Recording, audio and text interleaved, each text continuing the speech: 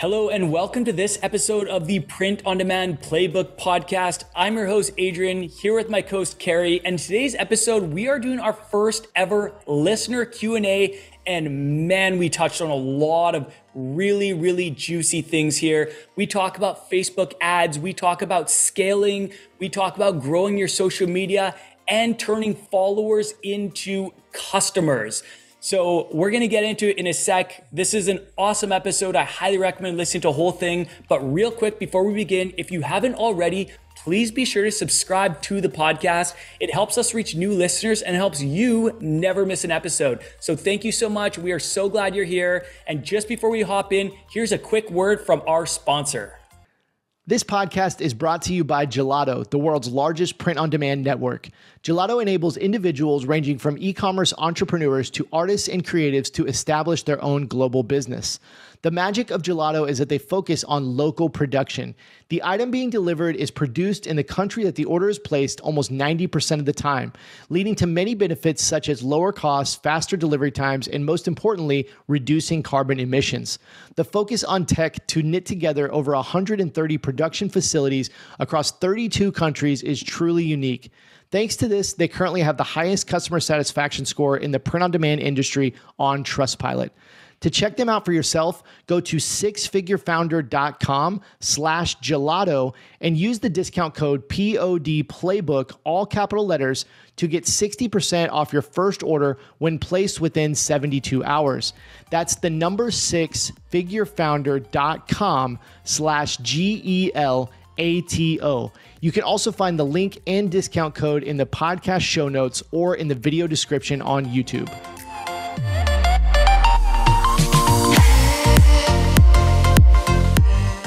Adrian, what's going on, my friend? I'm pumped about today's episode. We're answering all the burning questions from our listeners. How you doing today? I am doing well, man. I am so excited to do this. I think this has been a long time coming. We've got a number of really super good questions for today's podcast that I cannot wait to answer. But yeah, man, I'm doing well. I'm settling into my new place here. Presented to your group over the weekend. That was super fun. Always a huge adrenaline rush. So yeah, man, how are you? Tell me about how everything went. Man, we just wrapped up the Launch Your Brand Challenge, 5-day challenge event. Over the top, it was phenomenal. We had the most people ever register for the challenge. It was like our biggest event we've ever put on, and we've been putting it on for 3 years next month. We've been doing it for 3 years, about every quarter or so. Sometimes it's been a little bit longer, a little bit less, but I think we've done something like 12 or so of these challenges, and this has been our biggest one. And so it was awesome. Welcomed a ton of people into Shirt School, new people into the family, and so super duper exciting. And you absolutely crushed it on your session, coming on, being a guest speaker. Dude, it's such a rush, man. Like, I always say it, but like there's something different about being live. There's just so much more adrenaline, and I don't know, man, emotions are high. I'm vibing high. The group is always awesome and super enthusiastic and positive, and you just like feed off of the good energy, and it's always just a big love fest. I love it. It's awesome. Yeah, it's so good. I did want to also add to this episode. So with this episode, we're going to be doing listener Q&A. We've got a whole bunch of amazing questions here. You guys are going to get a ton of value out of listening to this because a lot of these questions definitely apply. I think probably all of them pretty much apply to more than just the person asking. A lot of people are thinking these. But I wanted to let everybody know too, before we dive into the questions, we want to do these as a regular segment. Like, I think it's important for us to connect with our community and answer the questions you have as a listener. So we want to do this from time to time. So we want to remind you, we mentioned this maybe a couple episodes ago. We want to remind you, we'd love to get your questions over on our Instagram accounts. Yeah. And so you can just shoot us a DM and just say, hey, I'm a listener of the podcast. First of all, we'd love to hear from you. But then second of all, just send us a question. We love to hear your question. So over on Instagram, you can find me at Kerry Egeler, Kerryegeler. A little bit hard to spell, but shoot me a DM. You'll see my red picture, a little red circle with my face in it. So, and then what about you, Adrian? For me, the best place would be to DM me at Ecom Legends Academy, exactly how it's spelled, Ecom Legends Academy on Instagram. Or you guys can always send us an email to, what would be the best one? info@sixfigurefounder.com probably. And what I would say is just make the subject line something like POD Playbook Q&A, just to keep it really simple. Then we can kind of filter it out from the other ones. We know it's a question, and then we can put it into a note for the next Q&A episode. So either shoot us an email or DM us. In the show notes, Adrian, just want to make sure we have support at the number 6figurefounder.com. Support. Let's do that then. I don't know if info is available. There for people to see. Let's just do that. Well, do we have info? Is that a real thing? I don't know. I don't actually know. Support. Okay. Support at the number 6figurefounder.com. It's in the show notes. You can find it there. Or if you're watching on YouTube, check the description. It's there. Yeah. And Kerry, just before we jump into the Q&A, there's two things that I wanted to mention.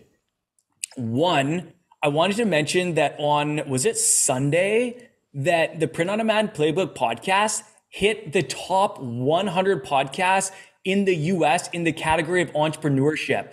We were like number 76 maybe? Something 76 or 77? Something like that. But dude, that's insane. Like we've been so excited because we always consistently seem to be in kind of the top 200 to 250. But this was the first time that I've ever seen us in the top 100. I think it was the first time ever. Maybe it was the first time ever. So obviously we have to give, as always, a huge shout out to our listeners. You guys are so awesome. Thank you for bringing this into the top 100. Dude, we're up there with big names in the e-commerce space, like celebrities that I kind of envy, like people that I really aspire to be like the, Russell Brunsons of the world. There's like these people, and you just you can't even believe we were less than 10 spots away from Russell Brunson's podcast. I could not believe it. I was just, my mind was so blown that this guy who I put on such a pedestal, I respect him so much. He's such like a guru in this space, to think that we were so close. It's just really exciting. But that was the first thing I want to mention. Did you want to say anything about that? I was just echoing, like when you get into the top 100, we were looking at the charts, and it just I just started scrolling through, like, I wonder who's below us, and then I wonder who's ahead of us. And it was like right there in that like 50 to 100, because we were sitting at 77. I'm just looking at these podcasts, like these are like the mega podcasts. Like it's really wild to think we're up there with those guys. Like, who's listening to Print On Demand podcasts? I mean, apparently awesome. People are listening. Apparently people are listening to it. We love it. We love it. We didn't know when we started this if anybody would listen. So you are listening, and we appreciate you so much. I want to make sure we say that. Like, we're so appreciative. What a cool thing. Every episode, I want to thank our listeners, every single episode. And so the second thing I want to do is shout out one of our reviews, because we're getting reviews pouring in on Apple Podcasts, on YouTube. We're getting them from Six Figure Founder members about the podcast. So I actually want to give a shout out to this week's listener review, and that's Amy Luna. So it's kind of a long review, so I'm not going to read the entire thing. It's an amazing review. Thank you so much, Amy Luna. But I'm going to read some of it, because this is just, we really appreciate you, and we want to give you a shout out. So she says, "Hi guys, I started listening to your podcast to help keep me motivated to get my store up and running. I've actually been a graphic designer for 20 years. So I felt like this model would be a perfect side hustle, passive income stream." And then I'm just going to skip to the bottom. She said some other awesome stuff, but I don't want to take up too much time. So she says, "Loving the podcast. I'd love to hear you guys do a segment on best practices for cancellations and return policies." Thank you. Thank you, Amy Luna. Thank you for your question and for your review. We really appreciate you. And we will make sure that we answer that question at some point for sure. We do collect the questions that you guys give us in your reviews, and then we add them for future Q&A episodes. Yep. Awesome. So with that, why don't we just jump in and start rapid fire answering these questions? We'll see about the rapid fire. It might be part 2. It might be a 10-part episode. 10-part episode, one question per hour. That's how we roll. Hopefully you got a long drive right now when you're listening to this. Just kidding. Hopefully we can fire through these. All right. I'm going to read the first one here, Adrian. Sure. Definitely want your thoughts on this. Man, we got some really good questions in here. Just solid questions that are going to bring a ton of value. So I do also want to mention, we had talked about this before hitting the record button. A number of these are submitted by our six-figure founder students, and we really appreciate that. So we've got a few kind of sprinkled in here from six-figure founder students, which is our coaching program that we actually launched together. Really cool community of apparel brand owners. And then we have listener submitted questions. And we also have some that were in the reviews and different things. So it's just kind of a mix of a few different things here. So the first question coming from one of our six-figure founder members is, what's the best way to maximize our budget with Facebook and Instagram ads? When starting with a small budget, the reach is limited. So at what point do we know we have a winning design and it's time to scale up? Is there a specific metric we should look at? Also, is there a recommended number of ad campaigns that we should be running at any given time? We're coming right out of the gate with the tough ones. Yeah. Tough ones. Man, there's so much. This could be a whole episode, dude. I know. Oh my God. Okay. How do we narrow this down? Okay. I'm going to try to kick it off. Okay, go ahead. If you want to kick it off, then I'll give my kind of concise answers, and we probably will turn this into a future full episode. No, this would be a great episode. Such a good question. So I think where Adrian was kind of starting to go is there is no necessarily like one concrete, like we could say, if X, then Y, like if this happens, go. As far as like, when you have a winning ad campaign, there's not a specific metric that, other than your I'm struggling a little bit to gather my thoughts here. Other than your actual cost per acquisition, there's not like a one size fits all metric. Now, as far as cost per acquisition, I always recommend with your Facebook and Instagram ads, even at higher budgets, that 99% of the time you're running them for conversions. You're actually telling Facebook to give me purchases. Like, I want buyers. I don't just want clicks. I don't just want add to carts. I want buyers. 99% of the time, that's usually the way that I would recommend going. So the most important metric is the cost per acquisition. If you're not aware, in the apparel world, especially with t-shirts and this whole kind of thing, the average cost per acquisition is somewhere around $12 or $13. It may have gone up a little bit, it may have gone down, but it kind of floats around this $12 or $13 mark industry wide. That means in order to get somebody to buy a t-shirt, it's around $12 cost per acquisition on average. So using that as a starting point, if the number one thing I would look at before even looking at that number, using that number as a metric, would be, are you profitable? Like if you're profitable, that is a great indicator that you should spend more money on your ads because you're making profit. So let's try to multiply that profit and bring the price up. It's also important. I didn't realize I had so many thoughts. I'm just going, dude. But it's like open up a whole can of worms. It's also where's I going with that? Oh, it's also a good idea to not look at your campaigns collectively, but to try to look at them individually, which can be hard because tracking is not always super accurate, with your sales and different things. So, but trying your best to really segment your campaigns and attribute your sales to the correct campaigns to be able to calculate. What I mean by that is if you're running 3 campaigns and they were all spending $20 and one campaign's got 2 sales or 3 sales and one campaign's got 0 sales, you don't want to take the whole sum of the spend on those campaigns and then look at, is it profitable? You want to look at the one campaign that has the sales. You want to look at the one that's performing best and look at that in a vacuum by itself. Say, is this campaign or ad set or ad profitable? So that would be the number one thing I would look at, would be like, is it profitable? That's just the most basic thing. The other thing I would say is one design or one ad creative disproportionately getting attention? Yes. That's something that could be a good indicator. That could be engagement. That could be clicks. Those are the biggest things I look at, would be clicks and engagement. So if one design or one ad creative is disproportionately getting more, you might have something there. So those are a couple things. The last thing I'd say, and then I'm gonna let you go because I know you got a whole thought on this. Oh no, this is good, man. Keep going.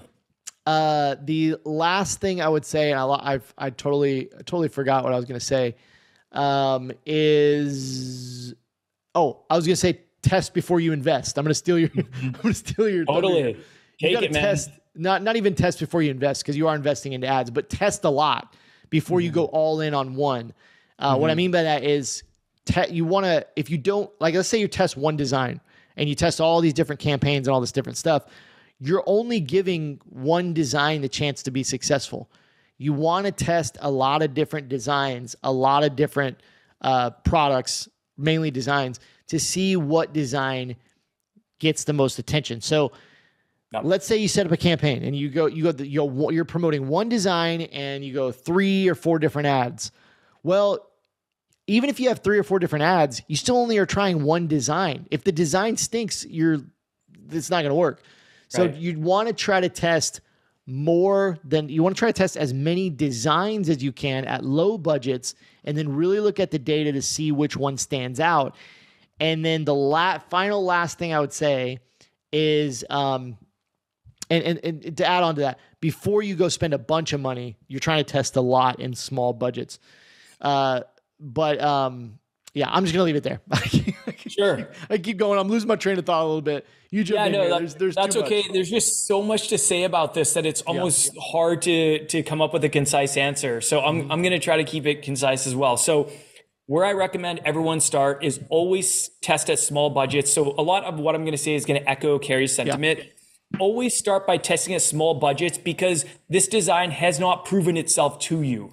And more times than not, it's not a winning design. It's just the numbers. In the numbers, more times that it's not. But what you can do is you can determine with ads that it's not a good design and move on to the next one. So what I recommend, don't get attached. Without losing a lot of money. Yeah, exactly. And definitely do not take it personally. Some people, they get obsessed with the design. They think it's been a winner. I've totally been there, guys. So many times I thought I had a hit and it was crickets. And so I totally relate there. But let the customers vote with their dollars. If it's not converting into sales, it's probably not a winner. So what I would say is start by testing at small budgets, maybe $10 to $25. I would say $10 to $15 per design. Let it go for 72 hours. Do not touch it. See how it does. If it's profitable, the next phase, kind of the level 2 phase, would be to duplicate that campaign or ad set and increase the budget. And then let that run for a couple of days. See if that's profitable, and then do the same and the same. And you just keep duplicating and increasing the budget as long as it's profitable. And if it is a winning design, sometimes you can duplicate it up to hundreds of dollars a day, even thousands of dollars a day in advertising spend. That is a sign of a true winning design. And I actually break down winning designs in a couple different categories. I call them A grade, B grade, and C grade winning designs. A grade, you pretty much know right away. You start making sales right out of the gate. You duplicate and it continues to make a bunch of sales. It continues to be profitable, and you can really scale those to the moon. You can make hundreds of thousands of dollars in literally a single month by scaling A grade winners. B grade winners are the ones that they make sales from the ads, but then when you try to scale them, they just aren't scalable. They're just, you raise the budget and it's not profitable and you're like, oh, what's going on? And then you readjust it down and it's maybe profitable again at a small budget, and then you raise it again and it's not profitable. Yep. Those are B grade winners. They'll make you sales at small budgets. They can be profitable, but they're not as scalable, not nearly as scalable as an A grade winner. And then a C grade winner is it's a design that makes you sales, but it's very hard to make it profitable with ads. Sometimes you're just gonna have designs that sell here and there. People, maybe they see it when they're buying something else or they're drawn in from another ad and they add it to their cart, but it's just not one. Every time you run ads, for some reason, it just doesn't convert. So that's what I consider A, B, and C grade winners. If you have an A grade winner, it should be profitable within 72 hours at a small budget. And then you can do the level 2 where you duplicate, increase the budget. So that's what I'll say about that. And then a couple other things I want to mention. Kerry made a good point. He said, tracking isn't entirely accurate in Ads Manager. And that is so true, especially since the iOS 14 update. Tracking got much more challenging. And so kind of the workaround that I recommend for people is that when you're running ads, take your revenue and divide it by your ad spend and make sure you're profitable, because a lot of sales that you're going to make from Facebook ads are not going to be reflected in Facebook Ads Manager. You'll be like, oh, how did I make a sale of this product that I'm running an ad to? It doesn't say I made that sale in Facebook Ads Manager. That's because Facebook has trouble tracking people when they go off their platform, when they go to your website. They can't track as easily as they used to be able to see what kind of actions people take, what they view, what they add to cart, and what they purchase. It's just not as optimized. It's not as effective at tracking that stuff. So what I recommend doing is taking your revenue, dividing it by your ad spend, making sure it's profitable. The other thing I'll say about that is when you look at your revenue, look at what's making the sales. If you're running 3 campaigns to 3 different designs and 90% are coming from one design, what I would probably do is, if those other 2 designs aren't profitable, I would kill those campaigns and I would focus all my energy on scaling up the one that made the 90%. The last thing I want to say about this, and maybe we'll go back and forth a little bit, but the last thing I want to say about this is there's this thing that someone coined it, the halo effect. And I've totally experienced this, Kerry. I guarantee you've experienced this too. This is when you have all of these untrackable sales coming in when you're running ads, but they're not showing up in Ads Manager. And we even had a 6-figure founder member reach out to us and be like, hey, it looks like I'm making sales, but they're not being tracked in Facebook ads. Are these organic sales? Are these paid ads? And we were like, they're very likely paid ad sales. And the halo effect is essentially making I guess you could call them complementary sales. So let me give you an example. Let's say that you run an ad to a dog lover and the dog lover shares it with another dog lover, and that person ends up buying the product. Facebook cannot track that other person. And so you're going to make the sale, and it technically came through an ad to one person, but it was almost through a third party, because then they pass over to someone else who bought it.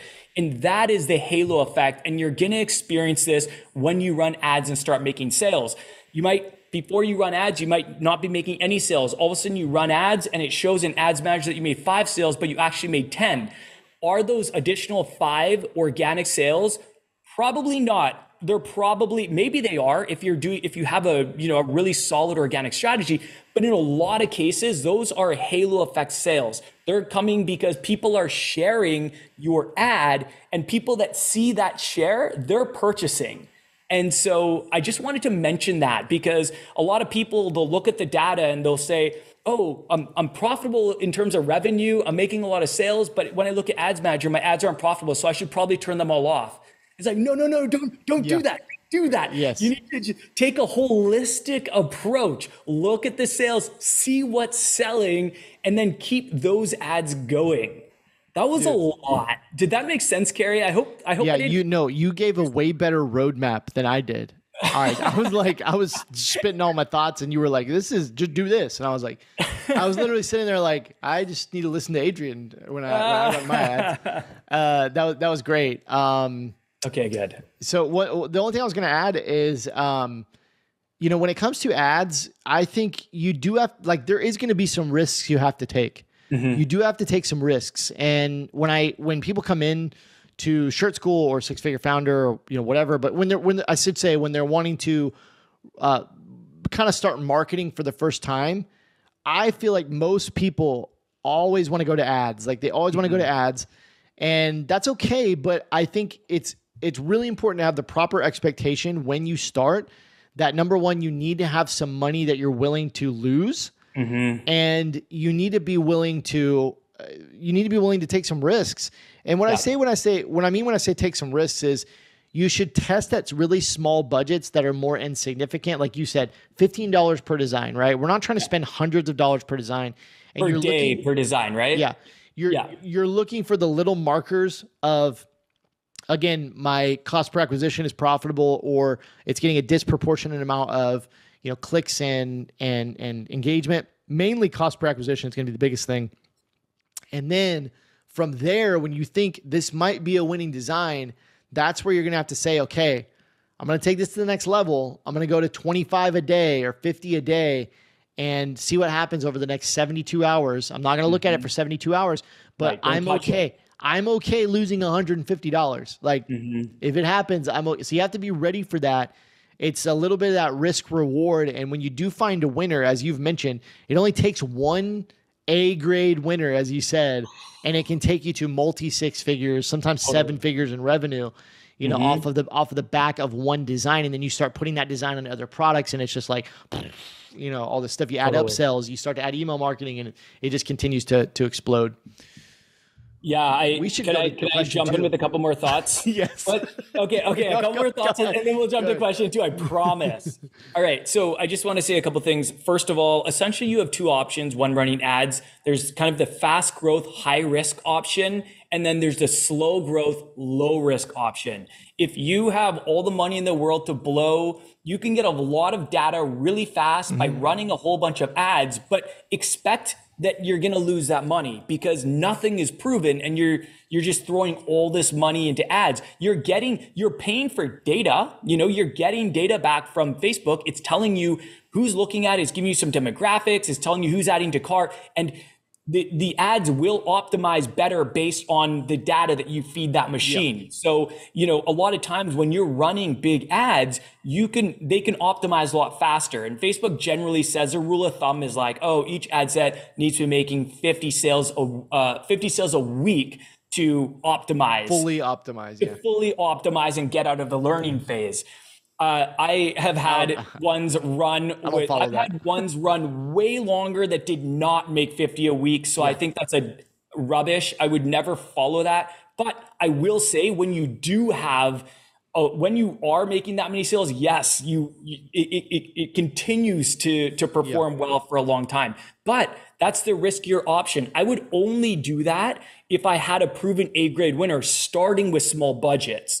The other approach, the more conservative approach where I recommend everyone start, unless you have an unlimited budget, is the slow growth, low risk approach. So this is where you are advertising your designs on social media. You're advertising them to your email list. You're advertising them to your SMS list if you have that. And then you run ads as small budgets, see how those perform. And then you do the kind of every 72 hours, duplicate, increase budget and see how it goes. And you just scale it over time as you're actually profitable. You can reinvest those profits into scaling it into bigger ads. And that's the more safe approach that I recommend to everybody, because I think that if I lost a whole bunch of money really quick, I would feel like I was gambling, and I'm not a gambler. But 2, I just think I'd be really discouraged. And I'd be like, I'm out. It's very discouraging. I think that those people, they're like supernovas. They burn fast and they're gone. You know what I mean? Yeah. So yeah, that's all I'll say about that, Kerry. I promise I'm ready for the next question. Unless you have any thoughts. I think we found our next episode. Episode topic is Facebook ads and scaling and all that stuff. There's a lot to unpack there. I'm going to jump down a little bit. This is from one of our listener submitted questions. The next question is that I'm going to ask is, why don't you recommend using Etsy or Amazon? I see a lot of POD brands on Etsy specifically. And I'm asking because you only mentioned Shopify. We talk about Shopify a lot. Yeah. Do you have thoughts to start? Yeah, I will start with this one. Okay, first of all, I do not recommend Etsy. Yeah. However, I do not recommend it as your primary platform because it is extremely risky. And what I mean by that is you are putting all of your eggs in the Etsy basket, which is not a website. It is a marketplace. It is a marketplace where you're putting your products. It's rented real estate, and they can terminate your account at any time. And it happens all the freaking time. Like, how many times have you heard, Kerry, from Etsy sellers like, I was on for like 2 weeks, I started making sales, and all of a sudden my account got terminated. And it's not easy to get it back. There's some people that try really, really hard. I remember Ryan Hogue, he he had an Etsy store and for some reason got terminated. He tried so hard and just could not for the life of him get it back. And I think he took a super long break from Etsy because he just was discouraged and couldn't get his store back. Yep. So that is my concern for people on Etsy. I think Etsy is an amazing complementary sales channel, but you should be on an owned platform. And that is one like Shopify. You own the data, you get all the data. Even if Shopify, for some reason, terminated your account, which you rarely ever hear about, but in a rare case, you could take all that data and you could take it to another platform. Etsy, if you get your account terminated, you lose all that stuff overnight. Like you've lost all of the people following you. You've lost a lot of data and you don't have... Well, you don't have data in the first place. Anyone anymore. Well, yeah. Like you don't have the data in the first place. Yeah. I think Etsy's trying to get a bit better about giving some data. Like I think now you can collect email addresses. Like I can't believe that it took so long to give the sellers email addresses to their customers, because then you can remarket to them. And that's powerful. The money is in the repeat sales. That is where the real profits are. And so remarketing is a very powerful thing.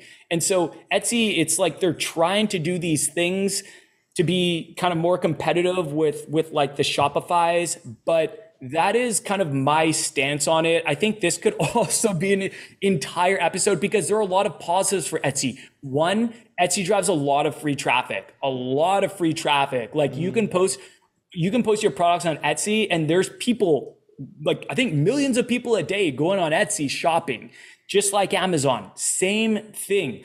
Amazon, Etsy, they're both marketplaces. They're both rented real estate. You're renting the real estate and it can be taken from you at any time. So just to kind of sum it all up and wrap it up with a little bow, I strongly recommend making your main platform an owned platform like Shopify, and then using these marketplaces as complementary sales channels. I think because Shopify, maybe just because it's so commonly talked about, maybe with YouTubers and different things, like it's commonly taught. You hear about these like Shopify entrepreneurs and Shopify e-commerce sellers. A lot of people are confused, and this is what I found out actually through the challenge, because in the Launch Your Brand challenge that I do, we just did last week. I find these are mainly beginners I'm working with, and I get the question a lot. They're like, what's the difference between Shopify and Amazon or Shopify and Etsy? They're like, isn't it the same? Why? Like they don't get it. And it's exactly what you said. And just to put it in maybe simpler terms, Shopify is not a marketplace. It's not a place you go to sell on. You don't sell on Shopify. Like even you'll see videos like that, how to sell on Shopify. Right. You're not going to Shopify and saying, here's my product, make me sales. Shopify is if you want to be really, really basic, Shopify is a place you go to build a website. Like literally you just build a website on there. That's like the most basic form. Now, one of the and this may be a whole nother episode. Why Shopify? Why do we love Shopify? But Shopify is 100% built for physical products and e-commerce, but mainly physical products. E-commerce can kind of be an all-encompassing term, but it's built for physical product sellers. That means the features, the interface, the apps, the themes, everything is built out specifically for you, that are kind of people that are selling physical goods, right? So this platform is all built around that idea. Shopify wants to empower, solopreneurs and people that work from home and anybody who wants to sell physical products. They want to empower you with the tools necessary to have success. And it's built around that whole premise. So, and as you mentioned, when you have a Shopify store, we shouldn't even call it a Shopify store. When you have your own store, right? This doesn't even necessarily need to be on Shopify, but when you have your own store, you can own the customer data, you can build an email list, and you can run your own advertising, like we just talked about in the last question with Facebook, Instagram ads. You actually can't do that on Etsy. It's crazy, but you have to let Etsy run ads for you.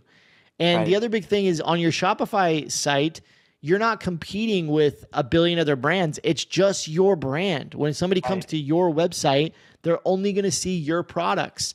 Whereas if they go to Etsy, they're going to see all the thousands of Etsy products that are just coming up on their screen that they might get distracted and go to the next product.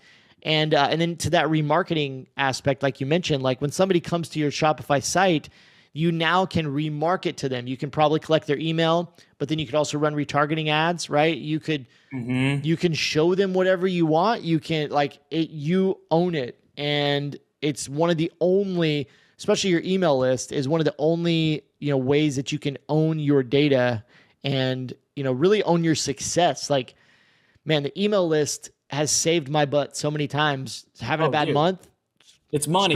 Go to my email list, right? It's literally just money. Building that email list, it's like you can go back to that well anytime you need some sales. That's why it's so important to build an email list. Yeah. I've got a couple of thoughts, but I just want to kind of summarize it. I'm not going to go off on any rants right now. I'm just going to summarize it. I'm going to do a really quick, 1 minute Shopify versus Etsy. And I'm just going to make a couple points. And I definitely think that this needs to be a whole other episode. And there's so much more we could say, but I want to make a couple important distinctions.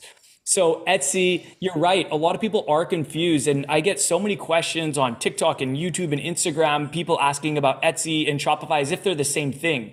And I'm like, oh, I get it. I guess they don't know that they're different, because when you're new, they do kind of seem like the same thing. And you hear a lot of print on demand. A lot of print on demand sellers are using Etsy. A lot of print on demand sellers are using Shopify. So here are some distinctions.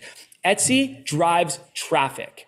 Etsy, you do not require a website. You can literally create an Etsy account. You can throw your products up there and you can list them for sale. It's riskier than something like Shopify because it's a rented platform. You can have your account terminated at any time. And another thing I'm really not a fan of with Etsy is that they market your competitors' products. So someone will go and they'll click on your product and then they'll be like, you may also like, and they'll show all these competitors' products. Some are blatant copyright infringement where they just stole it, and that cheaper version of your original design is being marketed, and now that person's making sales. So that's another thing I'm not a big fan of Etsy, even though I do use it as a complementary sales channel, and I highly recommend it as a complementary sales channel. Now, Shopify, you do need to build your own website. Although Shopify has out-of-the-box templates that make it super, super easy. Kerry and I both have programs where we handhold people through the process of creating a Shopify store from scratch. So you do need to build your own website, and you do need to drive your own traffic. There are so many ways to do that. I mean, we're going to have so many future episodes on this. We generally recommend using social media as your primary acquisition channel. And we're actually going to talk about that a little bit when we're answering one of the questions. And that is where we recommend targeting the marketing efforts. And that kind of goes in line with the last question about Facebook and Instagram ads. So you need to create your own website. You need to drive your own traffic, but you have branding and marketing control. So you can set up cross sells, upsells, post-purchase upsells. You can do all sorts of stuff to increase the average order value, increase the amount that a customer is going to spend in their purchase. And you own all of your customers' data. So you have way more data at your fingertips that you can use. You have names, phone numbers, email addresses, all sorts of stuff that you can use to remarket to these customers. And like we said, the money is in the repeat sales. So that's just kind of a very, very basic high-level distinction. And I'm sure I missed a whole bunch of points. So we will dedicate a future episode to this. But I just wanted to kind of give people an idea, give listeners an idea of some of the key differences. Do you think that kind of sums things up a little bit, Kerry? Makes things a bit more clear? Yeah. I definitely think so. All right, we're going to go the opposite direction here. We're going to get deep. One of our six-figure founder members submitted this question. How do you find balance being an entrepreneur? And I think this is coming from a place of, when you're specifically a full-time entrepreneur, it's kind of, I think this is kind of an interesting thing, because I think this has been, I guess I wouldn't say completely, but when you're an online entrepreneur, it's kind of become sexy over the last 15, 20 years or something. As the internet has grown, it's this thing, I go to these conferences and it's 5,000 people that are all like have these online businesses, and it's kind of like this sexy thing, these big speakers and obviously influencers and all this kind of stuff. Like, so people get consumed with being an entrepreneur or putting out content or like being this little mini celebrity, different things like that. You know what I mean? So I think it's coming from that, which it's not all, I'm not saying it's bad. A lot of it's good, like having something that you're so dedicated to that you enjoy doing, like it's amazing, right? But so I think it's coming from that place, is like, I want to work on my business all the time, but is that healthy? And how do I find balance? And I'm not just like sitting at my desk or my computer all day, just like hammering away. You know what I mean? So what are your thoughts? Oh, that was a long explanation. Okay. No. I saw this question come in from our six-figure founder member, and I was excited, but kind of, it made me reflect a bit, because to be completely honest, I do not have the best work-life balance. It's something that I've been working on for years. It's something that I still have a long ways to go and improve on. Kerry, I think you're way better at work-life balance than I am. And I respect that a lot. And I kind of look at you and think to myself, I want to be like that. I want to have more balance like that. And maybe it's because you have a family. And so you're kind of forced, I don't have a family right now. I have a wife, and she's awesome. And I definitely wish I spent more time with her. But I feel like kids would add a whole new element. Yeah. So I just want to start by saying this is not a strength of mine by any means. But in terms of balance, a couple of things that I do is I am very disciplined with my time to make sure that I'm getting the most out of each hour. I have a paper list that I print out called the perfect to-do list.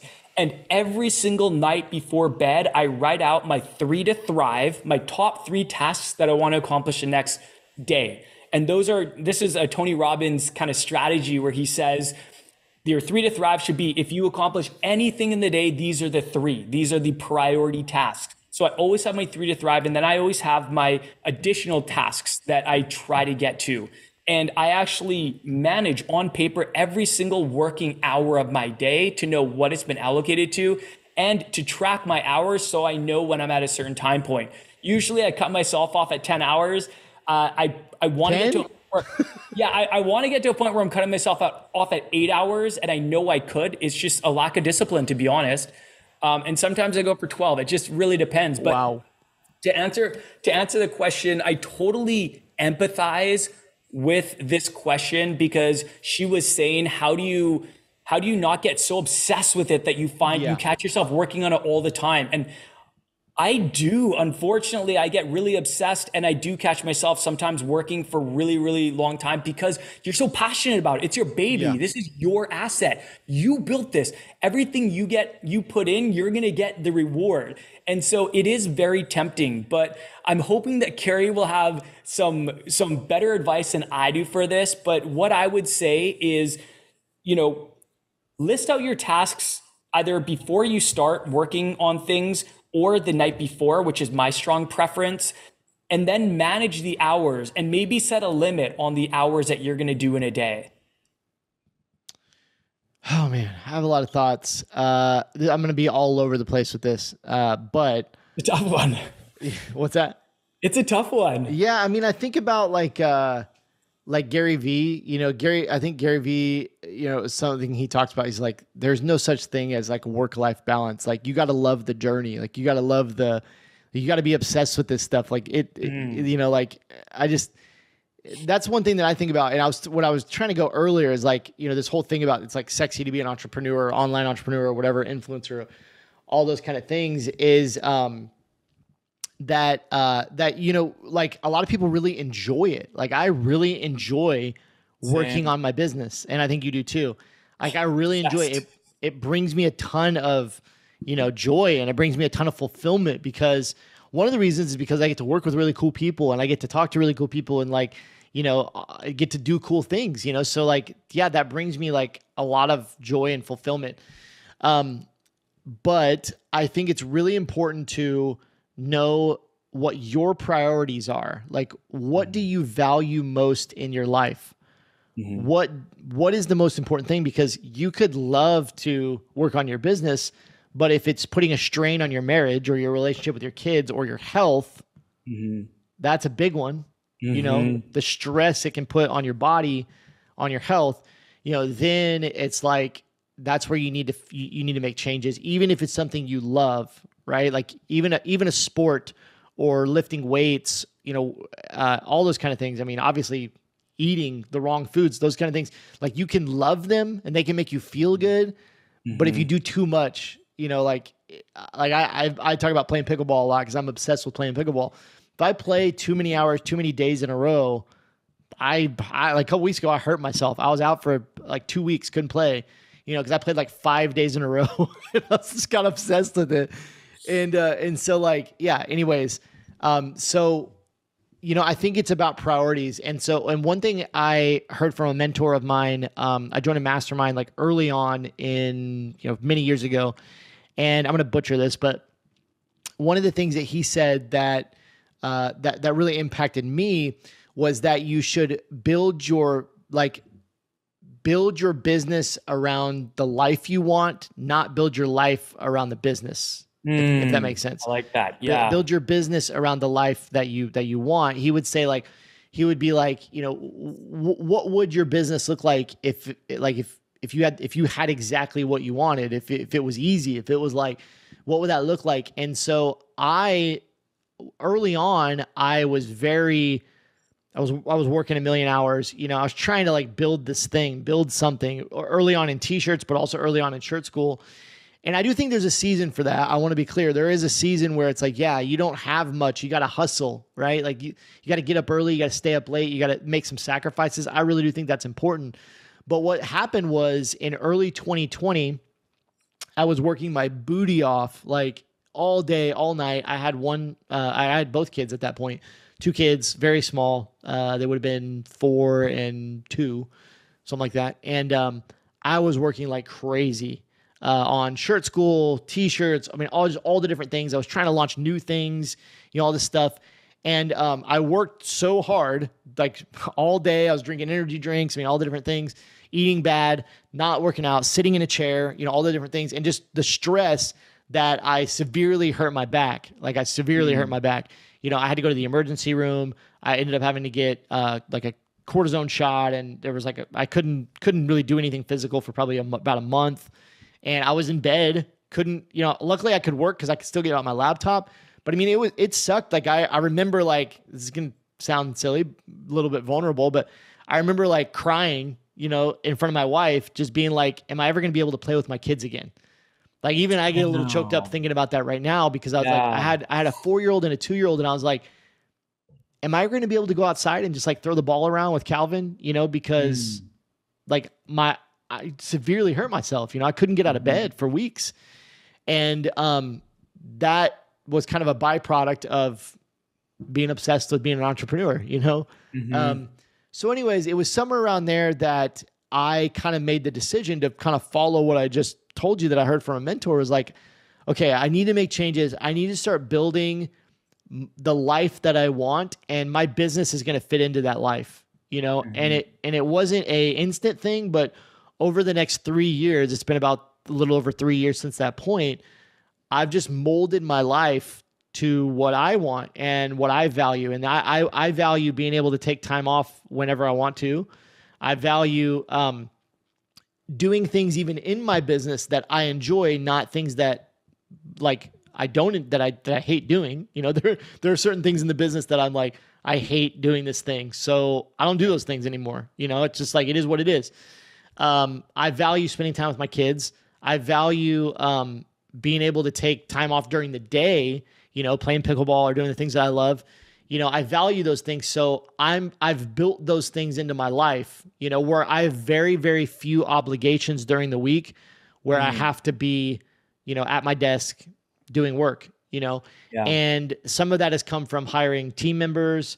Some of that stuff has come from building the business to a way where a lot of it's automated. That's why I talk a lot about automation, and my challenges in shirt school and all different things is like I automate as many things as I can. I schedule things. I do things in chunks, right? Like when I do YouTube videos, I do 4 or 5 of them in an afternoon, and I try to, batch them. And we batch our podcast because I really value my time. And so I want to have as much free time as I can because that's what I put priority on. So it's really hard to do that in the beginning, but I definitely think even from the beginning, you need to build in time for yourself, for the things you prioritize. And yeah, I mean, I could kind of keep going on that. It's really hard to do in the beginning though. It is really hard not to just want to work on it day and night because you're wanting to find that winning formula, that success. And so it's like, you just keep going, pushing yourself. But you got to be really careful because you'll get burnt out. You might get physically injured. The stress will wear on you. It could wear on your marriage. It could wear on your relationships, your kids. I mean, it definitely can wear on those things. Last thing I want to say, I heard, I won't call him out, but I heard, it's actually, this was so funny. The same guy that told me those quotes that really changed my life, he just put out a podcast episode on his podcast and said that he's going on a 3-month sabbatical, going away, leaving his business for 3 months. And it's because he's like incredibly stressed, has been working so hard, all these things, like getting to the point where he's like, I'm burnt out. I have to take time away. It's odd that he's the guy that kind of really inspired me to have more balance. But what broke my heart was he went and asked his wife. He's got a wife and he's got like maybe a 3 or 4-year-old daughter. He went and asked his wife, said, "Hey, I'm thinking about taking a break. I'm really burnt out. I've been working too hard. I've got all these things going on. I've been trying to do too much, yada, yada." She, what do you think about that? Should I take 3 months off of the business? And he said his wife looked at him and all she said was, "Yes, maybe we'll get dad back." That's what she said. Wow. And I heard that on his podcast and I was just like, I almost started bawling right there. Yeah. Obviously I have kids and everything. She's like, "Maybe we'll get dad back," and I was like, oh my gosh, like that. And I know that broke his heart too, but that's like, powerful. That's the price, of what we do when we just go too hard. But anyways, getting too deep, getting too emotional. Yeah. But it's something that's important to me for sure. Yeah, no, it's a good point. Like you almost have to be super disciplined with yourself and set your own boundaries, set your own parameters, because it's like the Wild West. If you don't, you're going to be obsessed about it and it's all you're going to think about. Yeah. That's what it's like for me. And I remember when I went to the Philippines in January, I went with my wife for 2 weeks. I didn't do any work. I was like, well, I'm in the Philippines. I'm taking the purest vacation, the most present vacation. Every minute, I just want to be with my wife. I want to spend with her. I want it to be the most quality present vacation of my life. And it was so nice, man. Like I came back so refreshed. Maybe this is why I travel so much, because a lot of times when I travel, I try to I'm much more disciplined when I'm traveling because I want to enjoy it. That's interesting. That's an interesting point. So, yeah. Well, I don't know if any of that was helpful, but we spilled our hearts. I think the next question will probably be the last one for this episode. But I definitely we have some more questions here and we want you to submit more questions. We want to do more of these episodes. Mm-hmm. But the last one here is really, really important, I think. And so I want to spend our last few minutes here on this one. I think a lot of people will get value out of this and we'll learn a lot. So last question, we're going to get back into strategy here, away from all the fluffy stuff, the deep stuff. How do you convert social media views into followers and then into sales? So he said, I've been researching conversion rate calculations, how to raise those. I would love to hear your thoughts on converting social media reach into dedicated followers and not just views. Mm-hmm. And I think to add on to that, also converting them into sales, right? So, this person is getting views on their Instagram Reels or maybe a TikTok or those kind of things. But how do you actually get those people to follow? And how do you then get them to sell or get them to make a purchase, right? So we'll talk about that. I kind of misread that question earlier. I was thinking that it was a little more focused on sales, but also they want to hear about how to get followers. Yeah, no, it's such a good question. So first of all, I don't know where to tackle this first. Should we start with the first question? How do you convert social media viewers into followers? Yep. And then kind of take from there. Okay, so social media viewers into followers. The first thing that I think that I would say and this is my on the fly advice. If I was creating a masterclass for this, it would be very organized and there'd be so much, but this is my on the fly advice. The first thing is niching down. Just focus on creating value for a particular niche who is your ideal customer audience. Secondly, post valuable audience or valuable content consistently so that they see that you are dedicated to this niche and that you are constantly putting out valuable content. Now, you can also include your products in there and your designs. And if this is aligned with your niche, which your design should be aligned with the niche that you're posting the social media content, it should all be aligned, then that's going to be interesting to people too. But also lead with value. Find some ways to offer them value. And sometimes it's just through funny and relatable content that you post on social media. But that's one way that I think of doing it. Just make sure that it's very niche down and be very consistent with it. Another thing you can do is you can include a call to action in your post. So have an intention with your content. What is your intention with this post? Is it to convert them into a customer? Are you showing them a product that you want them to buy? Is it to get them to follow you? Is it to get them to click the link in bio? Have an intention behind each post. And it's okay to have a call to action in them too. Especially in Instagram, it's really common where you do a post and you have some call to action like follow for more hiking. If you're in the hiking niche, follow for more hiking inspiration, something like that. You can totally have that. And then I would just say having a viral content strategy, using content that's performing really well. And right now I would say reels are performing the best. There's a lot of different types of content that you can put out there, but just having a viral content strategy. And I did that entire Instagram masterclass on this. I feel like that could be a whole episode. But that's kind of what I would say really succinctly. There's a lot more to say about this. Yeah, but that's an answer to the first question. Yeah, to add on to that, the biggest thing is going to be that call to action. Even if you're, because I know this specific person that's asking this is reposting a lot of content from other accounts and getting a lot of views doing that, but maybe not seeing the followers. So what I would recommend doing is taking the extra step, even if you're going to repost a piece of content, to maybe add right at the very end, follow for more, or a little arrow that points to the follow button. Or alternatively, another thing that you can do is try to get more engagement. So what you'll see what you'll see on a lot of those videos is you will see that you're getting a ton of views, but maybe people are just swiping through, right? So you have to have some question or thought that would cause them to want to comment, right? If you can get those comments, you're going to create a little bit deeper relationship. But then what's cool is you're also going to have a comment stream of people that you can then proactively reach out to and connect with. So hypothetically, let's say you put out a piece of content and at the end, your call to action is follow for more, or subscribe. I guess it'd be follow on Instagram or TikTok, follow for more. But then down in the text, maybe you have an engagement question there.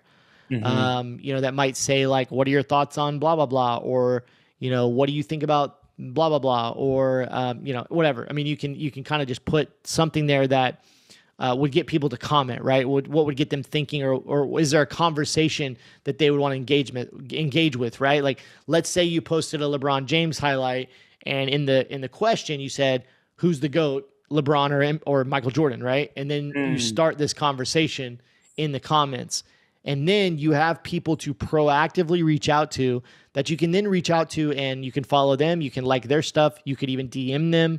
You can say, hey, thank you for commenting on my post. We'd love for you to become a follower or whatever.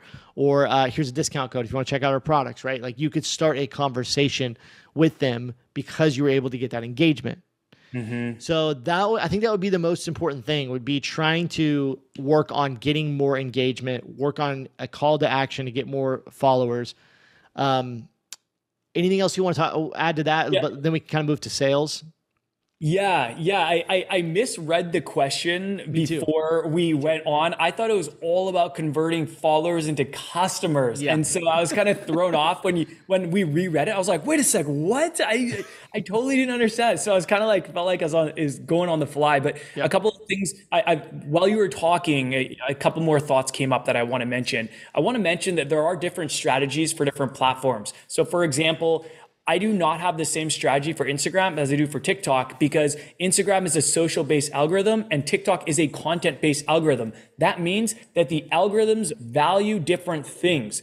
And your goal should be to extend your reach within your niche. It's not to go viral to everybody because then a whole bunch of people are going to see your video.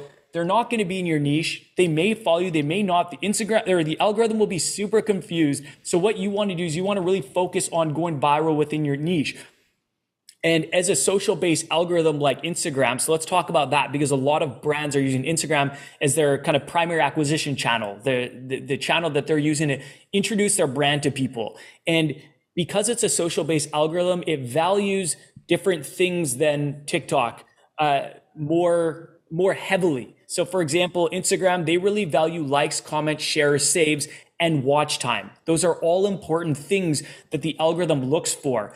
I think that shareable content is king. I am not the one who quoted that. That is not my original quote, but I totally believe it. I've heard a lot of people say it. I totally believe that if you can create shareable content that goes viral within your niche, you are going to not only extend your reach, but you're going to extend it to people who are interested in the content that you are putting out. And if they see that post and they click on your profile and they see that you have a feed full of super dialed in niche specific relevant content, they're going to follow you. And the more of those people you can get in front of, the more followers you're going to get. So that's what I'll say about Instagram. TikTok, it's a bit of a different strategy. They really care about watch time more than anything because it's a content-based algorithm. So for that, I would just try to create a whole bunch of really dialed in niche specific video content and have a feed full of that where people will be shown, they will be served your posts, and hopefully because they are your ideal target audience, they identify with the niche that you are serving, then there's a good chance, the more people you get in front of, there's a good chance that they'll start following you. So that's how I think are the kind of the quick and simple way to explain growing your followers on social media. Yeah. Good stuff. Let's talk a little bit about how to turn those people into sales. How to actually sell to them. So the first thing to always remember when it comes to selling on social media is you need to build value first. You need to give value first. You need to put valuable content out there first before you can sell. That's how you earn trust with people. That's how you build trust in your brand, and that you have to do that before you sell. So as we just talked a lot about the content just now, and you do need to put a focus on content, especially when you don't have a following. But then once you're starting to build that up, you're putting out content, you're getting the views, you're getting the engagement, maybe you're getting some followers, there's some practical things that you can do to actually turn those into sales. One of the things, the simplest thing, obviously, put the link in your bio to your store. That not saying that's going to convert a ton of sales, but it needs to be there. So that's kind of the first thing. Second thing is that I would recommend sprinkling in your products every 2 to 3. So a ratio of every 2 to 3 value posts, then post one product focused post or like a sales post. So let's say you put 3 Instagram reels out hypothetically, and then the next post is your t-shirt or your product for sale, right? So that's the second thing is like one product post for every 2 to 3 value-based posts. Third tip would be to use stories to promote your products. So you might be putting out a lot of content, and then in your stories, you might be more sales focused. One of the reasons for that is because inside stories, you can put a link sticker there to actually link to your product. You can tag your products like with an Instagram shop, or you can also have them swipe up to DM you, and then you can start a conversation with them in the DMs that then you can sell in there. So you might post a product in your stories, And instead of saying, click the sticker link to go to my website and buy, you might say, DM, swipe up. You might say like, DM me to, learn more about it. Or you could be a little more specific and say, DM me 1 if you love this or 2 if you hate it. And they swipe up and say 1. And then if they say they love it, then you're like, oh, great, here's the link to buy. And here's a discount code, right? And so you just start a conversation with them. You'll get proportionately higher sales conversion in the DMs than you will just saying link in bio or giving people a link sticker in the stories. But use stories to sell more than you do in the feed. Like you can sell a little bit more in the stories, and there's some more features to really promote that. I think that's, for the most part, that's what I've got. I mean, the last thing I would say is we also teach inside Shirt School a more proactive direct message strategy to actually sell in the DMs. And that's another thing to kind of sell. Like the best strategy that I've seen that works really well is if you're somebody who has, you're putting out content or reposting content that is getting a lot of views and getting some engagement. Mainly you want to look for the engagement. So it's getting likes and getting comments. You can then go to those likes and comments, and then those are the people you want to connect with, because those are going to be the hottest kind of people in that social media post. And you can proactively direct message them, thank them for liking your post. Thank you for engaging with me. Have you seen our brand? They're going to say, love the reel. No, I haven't seen your brand. And then you can start a conversation with them, and you can proactively kind of sell in the DMs.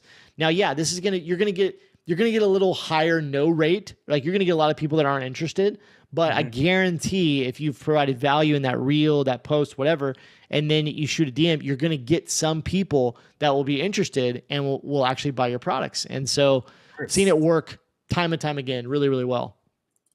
Yeah, that's a really good strategy. And I have some more thoughts, since every time you talk, man, there's like more I want to say. That's good. So I'll try to wrap it up. I'll try to wrap it up with these thoughts. First of all, I completely agree with what you mentioned about having a good content mix of value and product posts. And what people are going to notice is that in most cases, your product posts will not get nearly as much engagement as your value posts. However, people are still seeing them. They might just not be liking, commenting, or sharing them. But when they go to your grid and they see products that were created for them because they're your ideal customer in your niche, they're gonna see them. And a lot of times they might go directly to your website and buy it. They might not like or comment or share it. So the value posts are gonna get a lot more engagement. Do not be discouraged. That's totally normal. You can even go to a lot of really big e-commerce brands and you'll see that their value posts get disproportionately higher engagement than their product posts. That's totally okay. You should absolutely still pepper in your products. So yeah, like Kerry said, every second or third or fourth, I would probably not do any less than at least every fourth, so that you're peppering your products, and every time customers look at your grid, they look at your feed, they'll see those products. Another really good point you made, Kerry, is selling in stories and DMs. Man, I've made so many sales in the DMs. These are hot leads. These are usually people reaching out to you in a lot of cases, asking about the sizing, asking if it comes in other colors. These are people that want to buy. And so leverage the DMs. A lot of times you're just going to be responding, but you can also go out and you can be proactive. Like Kerry said, you can reach out to the people that are active and engaging with your posts, and you can start a conversation. You can build a relationship, and maybe you don't ask them to buy right away. Maybe you just get to know them, and you start liking their stuff and they like you more of yours, and then they become a customer.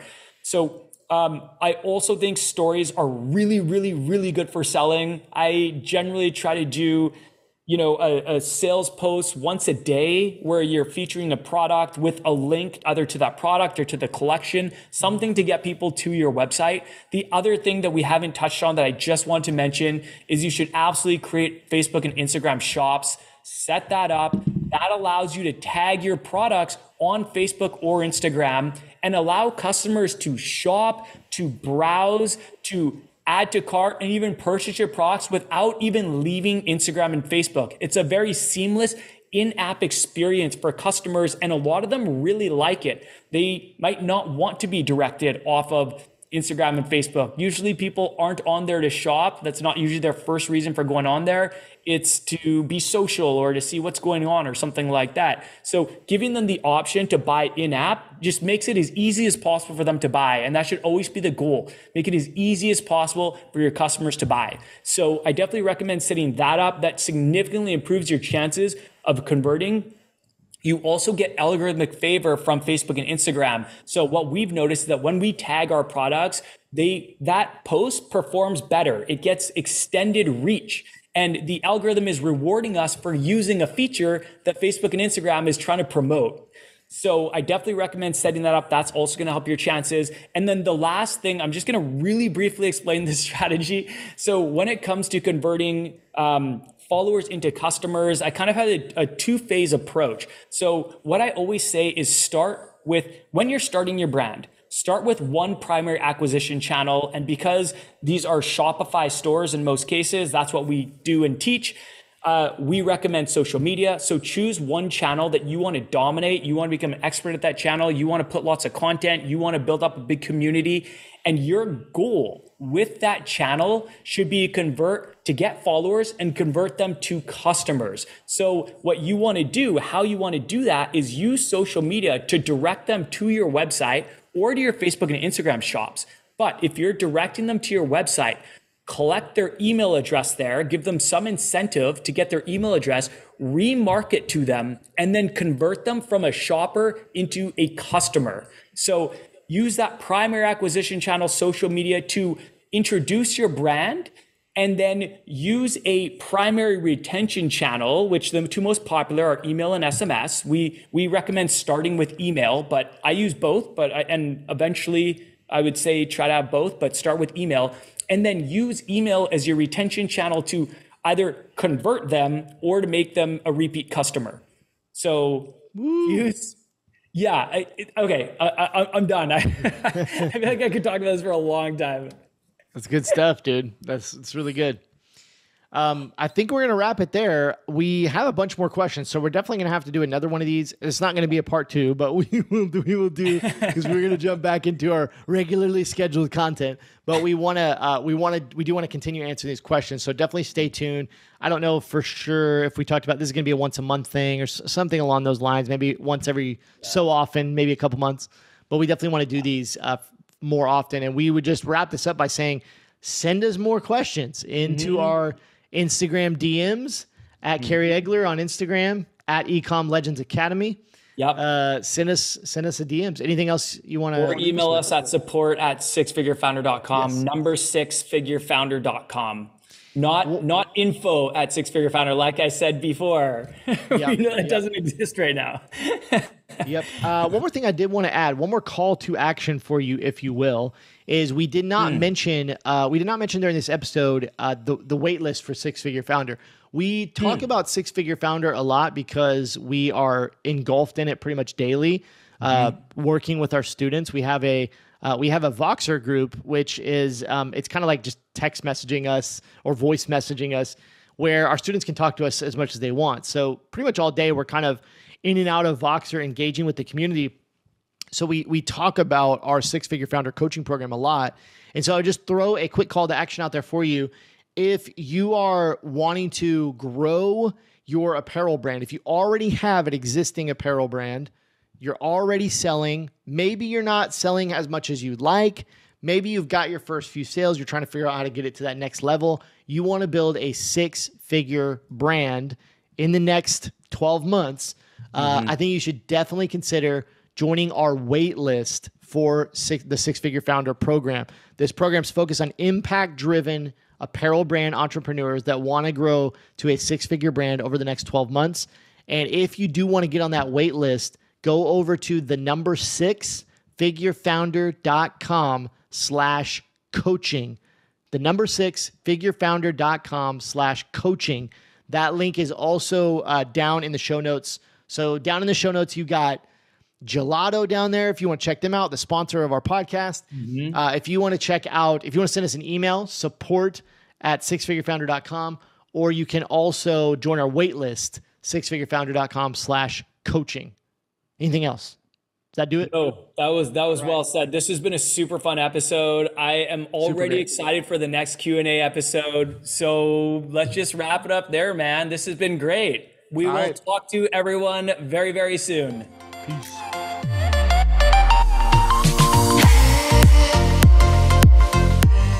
Thank you so much for listening to this episode of the Print On Demand Playbook podcast. If you enjoyed this episode, please leave us an honest review on whatever platform you're listening on, whether that be Apple or Spotify or Google, or if you're watching on YouTube, just leave us a comment down below. Let us know what you think about this podcast. We'd love to hear from you. We'll see you next week.